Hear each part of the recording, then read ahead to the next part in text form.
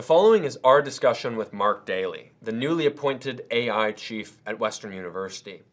This strategic role was created in response to the burgeoning influence of artificial intelligence in academia and its profound potential to transform educational landscapes. His insights are especially critical in a country like Canada, where skepticism about AI is prevalent despite its potential to revolutionize educational methodologies, parallel to, if not greater than, AI itself. Let's get straight into things. Why does Western or any university generally need an AI chief? What risks, but also what benefits does this new technology pose to the future of education?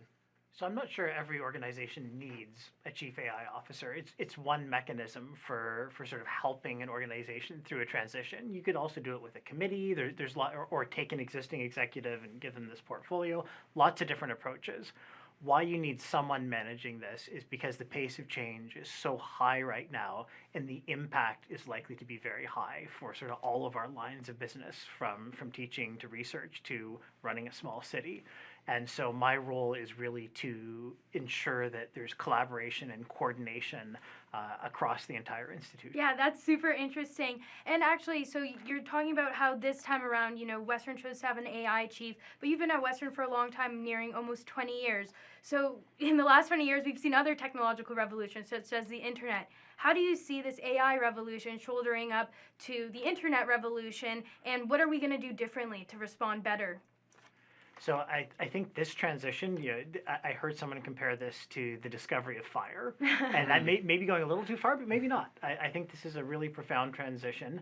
It violates a lot of our expectations for technology, right? If I use Microsoft Excel and I add 2 columns, I expect the answer to be correct. Mm-hmm. I do not expect Excel to have an opinion on my spreadsheet. Mm-hmm. If I use ChatGPT, it might make a mistake in adding the columns, and it might have. If I use Microsoft Bing, it definitely has an opinion on my spreadsheet.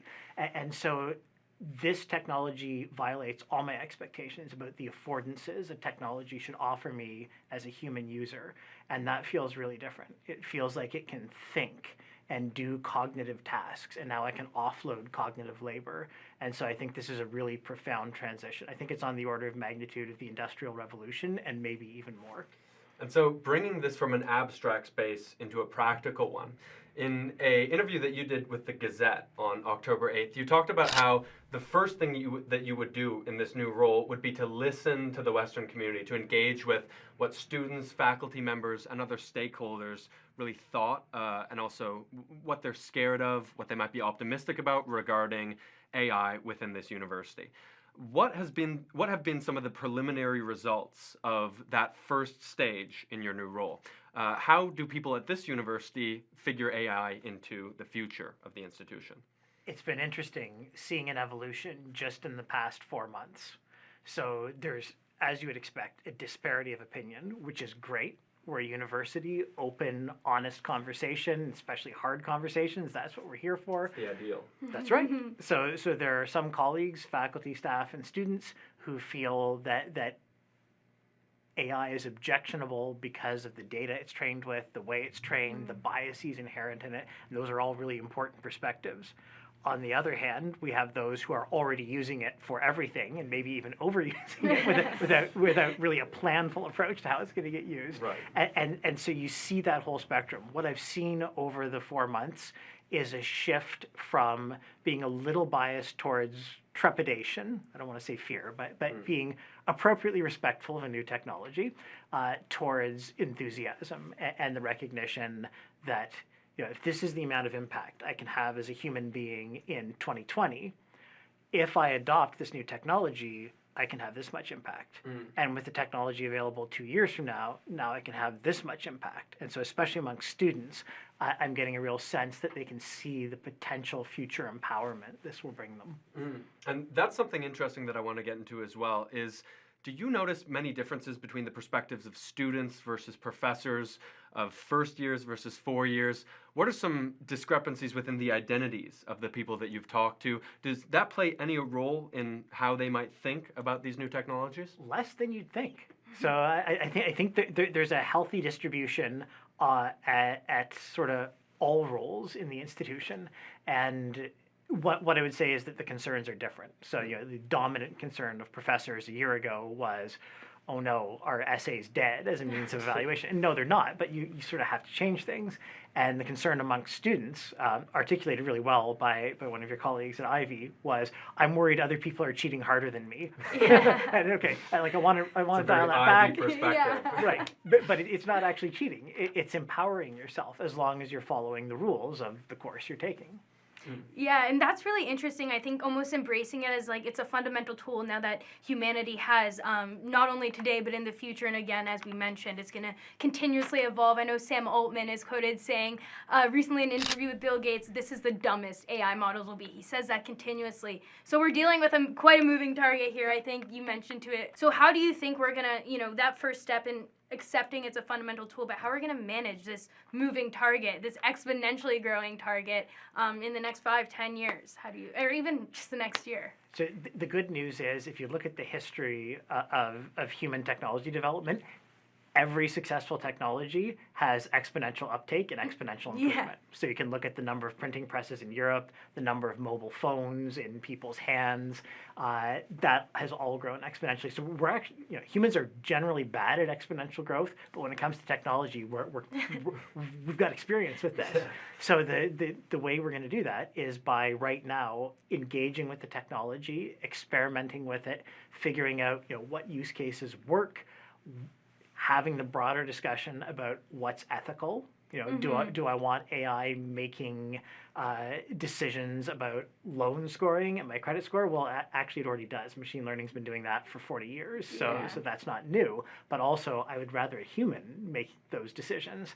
And so there's going to be a broad discussion in society, and we've seen the AI Act in the EU come forward that puts some pretty strong guardrails around different types of uses of the technology, from there's no concern here to we're actually outright forbidding the use of this in policing and facial identification. Okay, interesting. And I think actually you brought up that point of accountability, and I think that's like the big thing. So you were talking about it in the scope of just industry in the world, but if we bring it back to the perspective of the university and the accountability piece on the university, I even had an instance on an assignment where I was my teacher accused me of using AI, and I did not use AI, and that was a really weird conversation, and it was just like, I don't know what to tell you, like I spent 3 hours on this, you can ask my parents. So in that, university professors being overly scared about it and kind of almost having a bigger eye than needed for AI, how do you mitigate that, or do you think, again, that's just something time will heal? Yeah, so, the first point is, if you look at ai.uwo.ca, we've got guidelines there for instructors, including really clear evidence that AI detectors don't work. Okay. And in fact, they can't ever work. Interesting. And that has become the policy adopted by our Associate Dean's academic. And so no student is going to be accused of AI because an AI detector said, oh yeah, definitely this is AI. Unless you confess, there's really no way to know if something's AI generated or human generated. And so that's not the way we want to move forward as an organization. Professors initially were turning to these AI detectors because they're an attractive fiction. If I'm worried, oh no, I'll have to totally reevaluate how I evaluate my students, and you offer me a magic rock that detects AI, I'm like, okay, how much do I have to pay for the magic rock? It's a magic rock, it saves but it's still a magic rock, it's snake oil. Yeah. And one thing that I wanted to ask about is, at Western, like other Canadian universities, there is an incredible diversity of programs that people could take. There are over 400 undergraduate programs at this school, and I think 160 graduate ones. What AI looks like for someone like me from a humanities perspective in the classroom is really different from what it might look like for Annabelle, who comes from an engineering perspective. How does someone as yourself navigate that complexity when we're really looking for, when people are really looking for uniformity in trying to master or deal with this new, uncertain, and at points quite scary technology?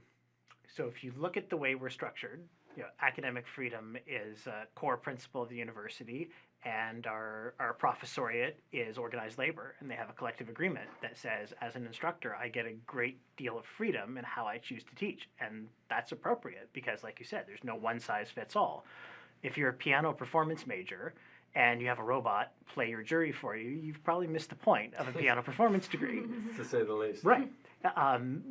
But there's other cases, like if you're a history major and you use GPT-4 to argue a point, to refine a point you're making in an essay, that's actually a really good use of the technology, where it's helping you think more rigorously, it's challenging you, and you're using it just like you would a human partner, except it's maybe available when everyone else is in bed and you want to work on your essay. So there's going to be a huge degree of heterogeneity in what is appropriate and ethical use. What students want is some kind of determinism, some kind of guardrails. And I'm really proud of our USC. In October, they passed a resolution with 10 points of here's how we would like to be governed when it comes to AI. And that document is now with Susan Lewis, our Vice Provost Academic, and I'm working with her and the Associate Dean's Academic to write that into our academic policy. So there will be a requirement that in course outlines in the syllabus, it tells you, here are the acceptable uses of AI in this course. And it might be like, no, you can't have the robot play piano for you. Yeah. So really leaving it up to the individual autonomy and personal judgment of the professors. Now, that seems like a really useful approach with the discipline diversity that we have at this and other schools. But there are some older, more conservative, perhaps, professors that are really resistant to change.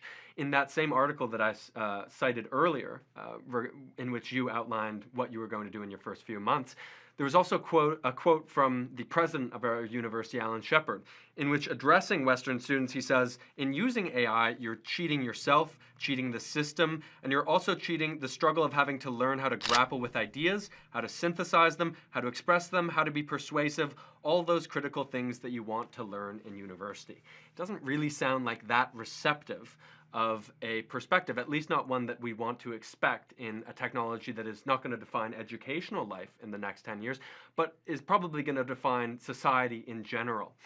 How do you convince these skeptical, perhaps older professors about the uses and perhaps benefits of AI in the classroom? How do you get them to be more receptive to this technology? So Alan appointed me, so he's not totally opposed to the technology, right? That quote was in the context of asking about, is it ethical for a student to have a machine write their entire essay for them? And so Alan's responding to like, no, you've missed the point of learning to write an essay. Right. But using it as an aid in writing the essay, so the example I gave earlier, or any place you can have an argument with it, you can get it to copy edit for you. Those are all not just legitimate uses, but they're uses when our students go out and are competing in the outside world. Their competition will not only be doing this, they'll be really good with these tools and fluent with these tools. And if your competition is 10 times more productive than you are, because they know how to use these tools to increase their impact, you are not going to be competitive. Economics 101. So productivity enhancer has been invented. You have to adopt it to remain competitive. You have to remain ethical so that you're not shunned by society. And that's the moment we're at right now, where we're sort of figuring that all out. So saying, write my French literature essay for me, clearly you're losing out on your education, and everything Alan said holds. Using it as a tool to help you do the research, to challenge your own ideas, that's a really, really useful assist for your education. That's really interesting, and I think you brought up an interesting point in terms of the competitive, almost like us being competitive when we graduate, so completely neglecting the tool kind of doesn't seem like a good option. So you had your position at CFAR, and I'm curious how you see other universities and your collaboration with other universities really informing kind of the policies that you drive within Western, or are most of your policies informed just internally based off of the stakeholders at our school, or are you looking to other schools like Arizona State, who recently collaborated with OpenAI, or other West Coast schools? How do outside people inform your policies that you impose here? Yeah, so a huge part of my job is actually external. I spend Okay. about half my time outside the university, in Ottawa and Silicon Valley, and interacting with other people inhabiting the space. And what's exciting is there's no right answer. There's no playbook for how do you bring AI into an institution of higher learning or any other large organization right now either. So we're figuring it out, and everyone's talking to everyone else. What are you doing? What are you doing? Yeah. And that's the right thing to do. So there's a whole bunch of experimentation going on, and by talking to each other, we can leverage. Okay, well, I'm not going to do that. That didn't work. Yeah. I have some friends at ASU, and I'm super jealous. They got Yeah, a great deal with yeah. OpenAI, but we have a relationship with Microsoft. So Oh, incredible. everyone here has the advanced Copilot version. So that's access to GPT-4 through Bing and Copilot, but in an environment where your data is safe and secure. And so those public-private partnerships will be necessary because the frontier models are all privately held right now. But I've been impressed with some of the open source work that Mistral's doing and that Meta's AI labs are doing in terms of releasing models. And I kind of dream of a world where everyone has access to their own open source large language model that they can fine tune to reflect their values in their community. And do you see OpenAI? You said you have some colleagues at ASU. Do you see OpenAI doing additional partnerships with more and more universities? Where do you see kind of, based off your conversations with your colleagues, where do you see that collaboration going to benefit all of us? I see lots of collaborations. I would love to have a collaboration here with Cohere because they're a Canadian company and I really respect them. I saw Aiden last week at an event, and as that space levels out, the top frontier models will probably keep going back and forth, and there will be other opportunities for collaboration. I think OpenAI right now is primarily limited by the fact that they're still a research and development company, not a sales company. So their sales team is small and only has so much bandwidth, and there is more interest than they have time to sell, which is an amazing position for a company to be in. So in line with that, we can see that there are a ton of different reasons to be optimistic about whether it's private partnerships, but I think a lot of the skepticism about AI, and this is evidenced by the Center of Life Institute's open letter that was signed by some of the very biggest names in the technology just earlier in 2023, is that this, although it is open source and there's a lot of collaboration between countries, between experts, between nations, it's also concentrated within the hands of a very privileged few, those who are motivated primarily or who are primarily profit-driven. We are a public institution, one with a very strong and important conception of the public good. Do you see, are there any reasons to be doubtful or to be skeptical of these private-public partnerships in concentrating the power of AI within such a small group of hands? There's a lot to unpack there. I'll start with a loaded question. With the Future of Life Institute perspective. That's the existential risk perspective is an important one, and it's a discussion we should have, but it's speculative. We are nowhere near a technology at this point that represents an existential risk to humanity. At the same time, a month ago, DeepMind published a paper where they demonstrated a whole new class of antibiotics. And we're in a province where methicillin-resistant strep A is killing people. And so, there's a difference between speculative danger and delivered real good. Getting back to the private versus public, I really admire what Jan LeCun and Mark Zuckerberg have done at Meta, Facebook, in terms of open sourcing models. And I think that's the right way to do things. So they have the resources to train these huge models, which they then release openly. And different communities can now fine-tune them with much smaller set of resources to meet their particular need. And when you take that approach, you actually create a public good in like the economics 101 sense. It's non-rival, non-excludable. I give it away. And Facebook's win is that the community builds cool things on it that they can then build back into their products, but at the same time, this is out there for the community. I'm looking to nation states, to institutions like ours, to invest the resources to train these open models that are competitive with the privately held models. And Western seems to be like a very receptive institution in that regard. We spoke a little bit about Western in comparison to other schools, but are they following suit? Are they taking the same approach as us? Are there any dissenters, any outliers? And how might we compare to the Americans and Europeans in that regard? It is all over the map. The Europeans are scrambling, realizing they're about to be regulated in new ways. Although there's nothing really shocking in the approved AI regulations in the EU. We sort of all saw that coming. It's much more open in Canada and the U.S., but universities are big institutions, and they're designed structurally to resist change, and that's good to protect you from political whims and but it makes it hard to respond to a brand new technology. So we're all in this moment of experimentation, and no one knows what the right answer is yet. So there's no single playbook. There's no, oh yeah, that institution definitely has it right. That's really interesting. And I guess in the next, in the next few months, what do you see? What are the biggest challenges you're facing today and in the next few months in terms of, or is every day a new day for you, depending on what new announcement comes out in the news? Yeah, every day is a new day. The biggest challenge is really right now around education and developing shared consensus. So we as a community, what are our values? We can't ignore this technology, but we also just can't say, okay, everyone should use AI for everything. We have to carefully and thoughtfully think through, how do we want to use this? What are our obligations to our students so that you can go out and be competitive in the world? And those conversations are evolving day on day as new technologies get released, as people who are skeptical interact with the technology, and as people who are enthusiasts of the technology start to realize, oh, there's a dark side to this too. If I have a fully open LLM, I can use it to generate hate speech, and it's super convincing.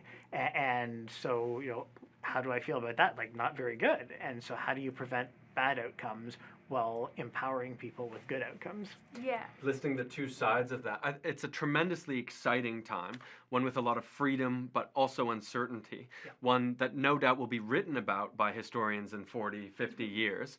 I'm curious, from your personal perspective, what is if you can, because it might be difficult to pinpoint a particular example, but what is your greatest cause for optimism surrounding AI and its integration with universities? But then on the inverse side, what is your largest cause for pessimism? What is an example of the very best thing that you're talking about, in which the university experience could be drastically enhanced, in which our capabilities as humans are expanded to the most drastic degree? But then also, from the other perspective, what is most important for us to be wary about? One of my favorite educational approaches is the Oxford tutorial system. If you go to Oxford once a week, you and a friend get to sit down with a distinguished professor who's absolutely at the top of their field, and they tutor you. I say, okay, here's the assignments you're going to do next week, and I read over your work, and it was kind of middling, and here are the ways you could be better. And that is an absolutely amazing system that does not scale, because you can't afford the human capital to scale it. Bill Gates said about a year ago now that within 18 months, he was at ASU, Global Silicon Valley event, AI is going to be a better tutor than the best tutor on planet Earth. Wow. And that may be a little optimistic, but not too much. So imagine you show up at university and we give you an AI tutor. This is Frank, your personal tutor. He'll stay with you for your entire journey. And this is an entity you can interact with that knows all of your coursework, learns your likes and dislikes, so can present material to you in a way that you're going to absorb better as a learner and according to your own interests. And now everyone has access to the Oxford tutorial system. Wow.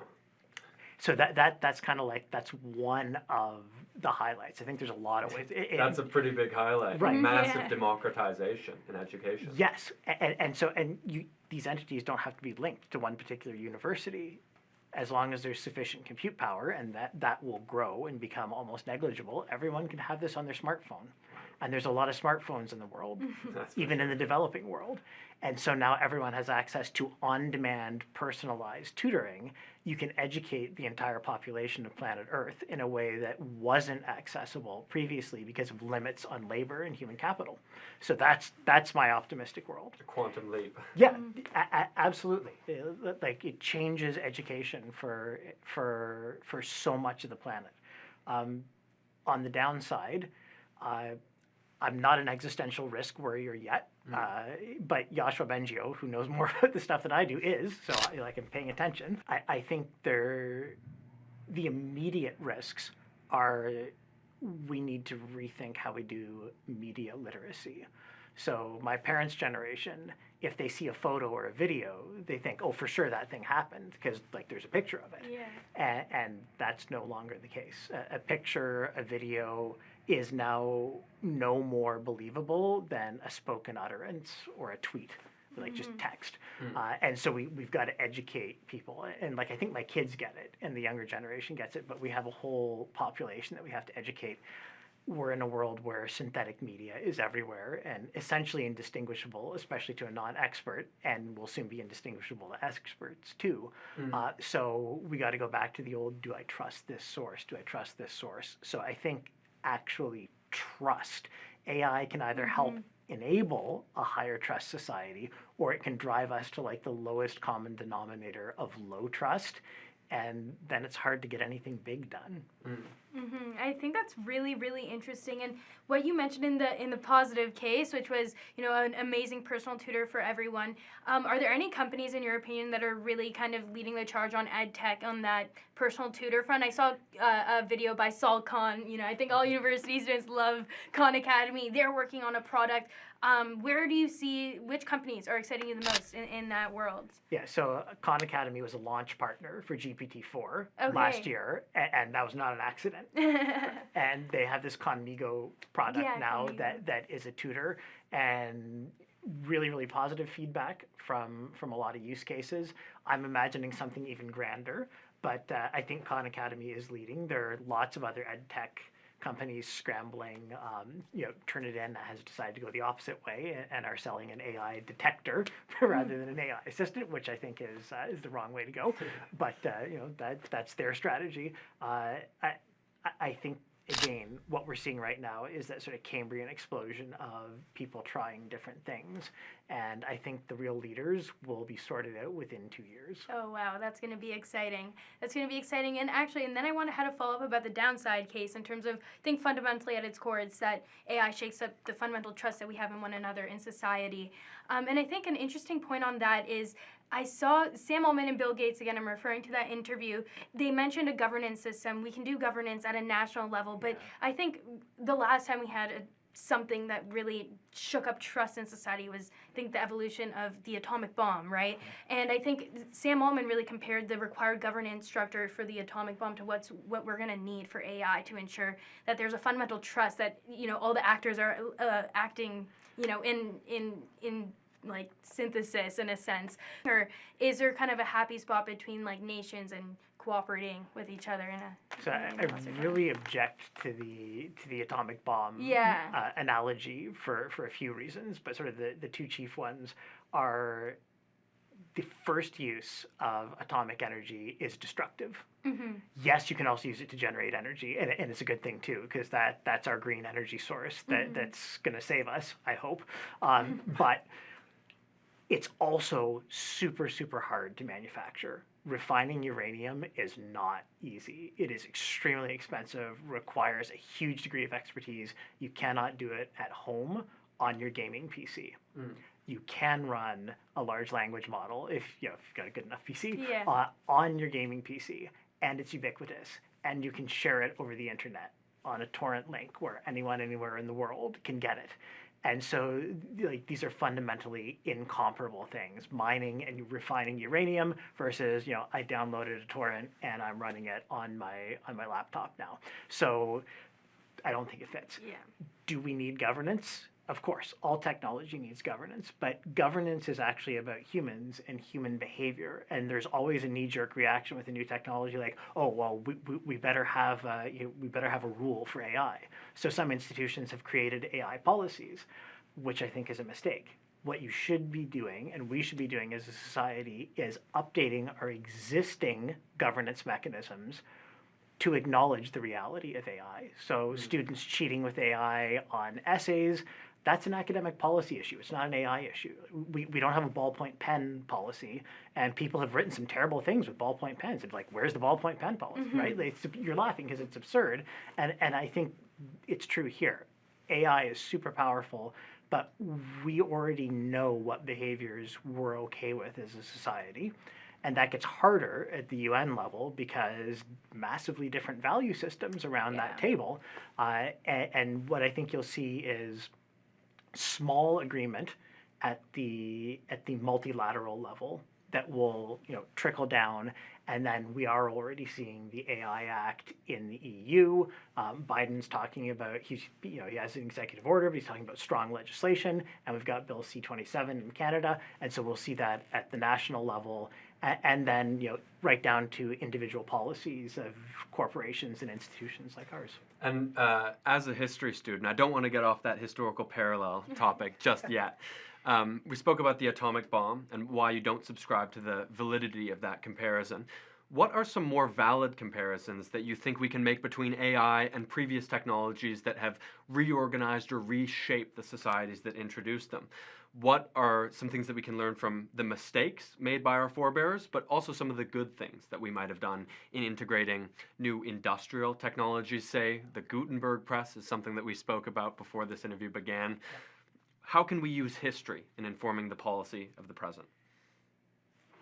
The most proximal good comparator is the Industrial Revolution. So we talk about AI like it's a single technology, and of course it's not. It's many technologies. And where we're at right now with generative AI is we have a machine that feels like it can think. It can do something that looks enough like cognition that we're ascribing cognitive Passes ability. the Turing test. It's passing the Turing test so hard there's engineers at Google throwing their careers away saying it's sentient, right? Like if that's not passing the Turing test, I don't know what is. So this is a fundamental shift in the affordances offered to us by our technology, just as the steam engine and manufacturing. So you get this confluence of opportunities, and now we have industrialization. Now we're going through some kind of cognitization. And I think this is a bigger deal that the internet was critical, probably enabled where we're at right now, but this is an even bigger transition. And so we should be looking in the broadest possible sense at the history of what happened during the Industrial Revolution. Who got all the power? How did the power dynamics change? Whose lives were made better? Whose lives were made worse?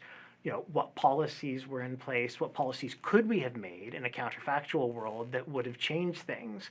And so there's all those questions available for us to ask, and a lot of them are relevant to what's happening right now.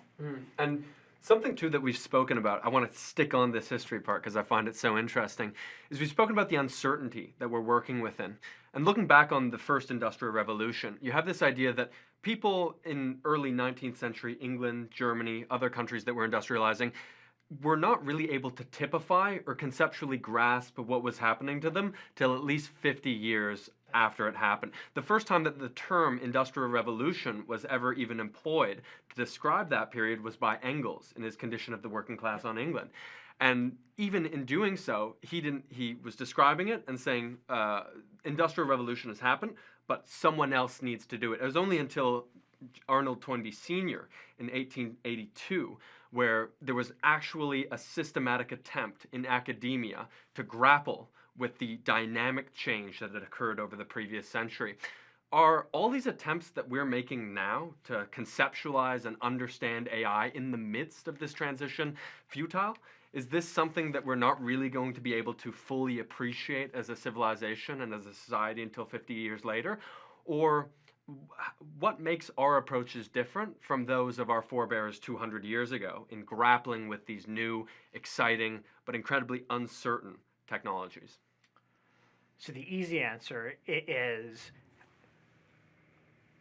yes, of course, 50 years from now, we're going to be thinking differently than we're thinking right now in the moment. It's impossible when you're in the midst of exponential pace of change to reason from beyond that wall of exponential growth, because everything's going to be different on the other side of it. And so, yeah, history will have a very different perspective because they'll have that luxury of perspective. That doesn't mean we should throw our hands up in the air and say, oh, well, everyone should just do whatever they want because we can't possibly know the outcome.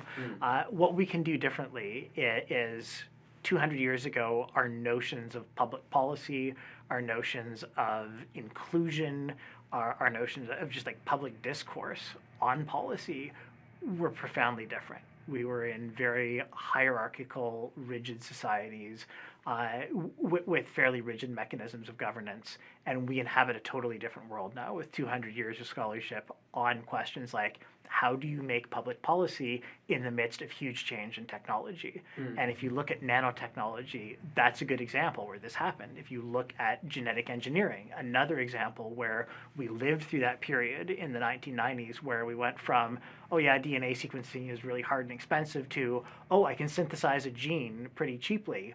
And people were saying, well, the world's going to end, right? Someone's going to synthesize a virus and it'll just kill everyone, and that didn't happen. But we now have experience policy making during these transitions, and the people we should be listening to right now are those experts, nanotech, gentech, whatever it is, who have been through that, have that lived experience, have done the scholarship, and we shouldn't necessarily be listening to AI experts like me because I'm just a technologist. I'm not a policymaker.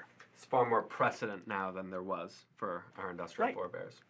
I think it's an interesting point you bring up to actually bring up experts from different industries that have gone through a similar revolution, because I think in the U.S. this past summer we saw different actors there, such as like Elon Musk, the CEO of Palantir, and all of those actors. It was just experts in AI. But of course they all have their own biases and different motivations of what they want to get out of the policy to ensure they can be the beneficiaries of it. I think also people were really critiquing that open letter that came out with Musk signing it. Maybe it was because he wanted Gronk AI to have some time to catch up to ChatGPT. We don't know. So do you see, is there an appetite in government to bring in these other policymakers? Have people really wrapped their heads around the significance of this? Yeah, I can speak to this in the Canadian government for sure, both at the bureaucratic level and at the amongst political staff, and the minister himself, Minister Champagne. There's absolute recognition that this is a whole of society. Like the impact of this transition is going to be felt by every Canadian. And so it cannot just be a small handful of Canadians who are making the decisions. And again, like people like me who are technologists should be at the table to answer questions about the technology, but we're the last people you should listen to about policy because we don't know about it. We haven't studied it. And if I own a company that's selling a product and you offer me an opportunity for regulatory capture, like, of course I'm going to take it. Yeah. And do you see, so you're talking in the context of Canada, do you see the U.S. following suit, or are you optimistic there, or down Yeah, south I mean, there? Biden's executive order came out in November. Yeah. And so that affects the federal civil service. But like with the stroke of a pen, he created 1,000+ new jobs in the U.S. federal civil service overnight, telling each department, you have to have someone who's like me, but for a U.S. federal department, who's accountable for what you all are doing with AI. That's an overnight shift, and that's a really strong statement. And I expect legislation to be coming to be influenced by the technology sector. And my hope is that they find a perfect balance between creating a safe, ethical space for the use of AI and open innovation. And Mark, we're talking about massive ideas here, large transitions, large corporations. As you mentioned, this is something that's going to affect Canadians generally. I want to bring it back to the individual perspective. Yeah. Say that I am an 18-year-old university student just beginning my educational career. What would your advice be for me to make the best use of this technology for the enhancement of my education? Try it for everything. It'll fail on a lot of things, sometimes subtly, sometimes like totally spectacularly, but it will succeed at things you don't expect. So back to the Microsoft Excel example, no one opens Excel when they need to brainstorm, right? You're like, I'm going to pull together some friends. You're like, I'm going to open a spreadsheet to brainstorm. I mean, maybe someone does. Only in the investment banker.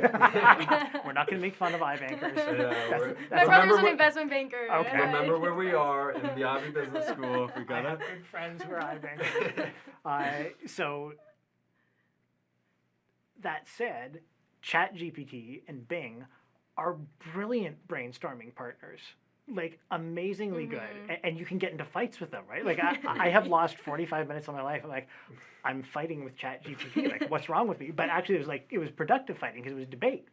And now I have like 10 new ideas that I never would have thought of on my own, and I can go off and do the next thing.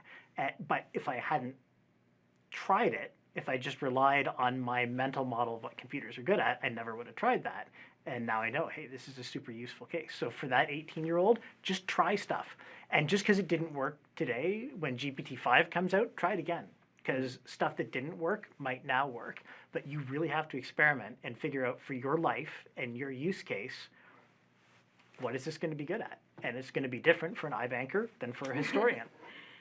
Yeah, and I think that's a really interesting point in terms of just try it and just, embrace this tool. Let's see what it has to offer. I have a question for you. You may have actually ended up in a similar scenario. So this summer when I was working at JPL in computer vision, I actually realized I spent too much time trying too many tools. It took me so long to decide which tool to use because I think every single day we see a new academic paper published. This is the new best model for X use case. So, what's your advice for filtering through the different models, all the different market noises that you get from, don't get totally lost in all of the new fun announcements to bottom line, these are good principles to stick by for choosing which tool you want to use.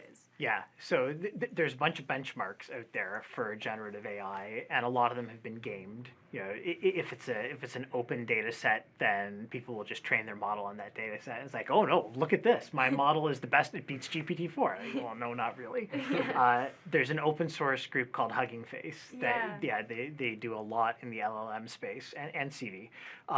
They have a leaderboard where it's like an ELO system, like for chess rankings, where they just play models against each other. And because that's all human judged, and there's no preset set of questions, the human's just like, oh, that answer is better than this answer.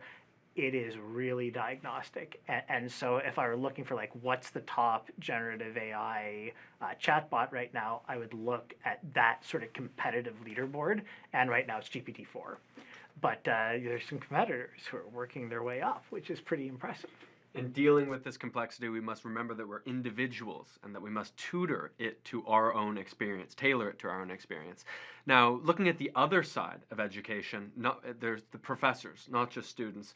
What would be your main piece of advice for them in engaging with this technology? Because although we come from different backgrounds, me in the arts and humanities and you guys more science-oriented, technology-oriented, I am aware of many a prof in the history department or elsewhere that is really scared about how to incorporate this, whether a tutor, an Oxford tutor that can be incorporated by every student might replace them, might make them arbitrary. How should the average professor approach this technology who has little experience with it before? It's a perfectly legitimate human response to something novel to be skeptical of it, right? You're like, oh, I've never seen that thing before. It might be a predator. If you don't have that instinct, you don't survive to pass on your genes. So, and we saw that in November of 2022. People sort of freaked out and said, oh no. And that was sort of the dominant feel that we had on campus. That has now very, very much shifted. I have almost no conversations about how do I detect this? How do I ban it? And the conversations I have with faculty colleagues now are all, what's the best way for me to integrate this into my curriculum? Incredible. And I love those conversations. And it's different. Some are just sort of dipping their toes in the water. Others, especially some of your profs here in Ivy, are using this as a tool to the OpenAI scandal at the end of the big drama, Sam Altman getting fired by the board and coming back, everyone's paying attention to that. Let's write a case on that. If I write a case the old-fashioned way, it'll take me a few weeks at minimum, maybe a couple of months, and now it's less topical and exciting. What if I can generate a case overnight?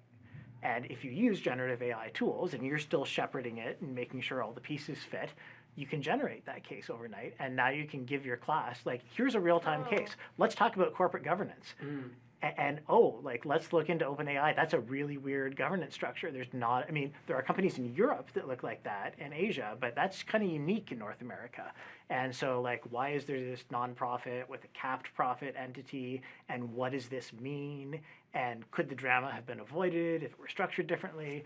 And you can have that conversation in real time. It's pretty cool. That's really interesting. Especially for me, my eyes are opening because I found at an HBA, which we're really lucky. I love having the case method.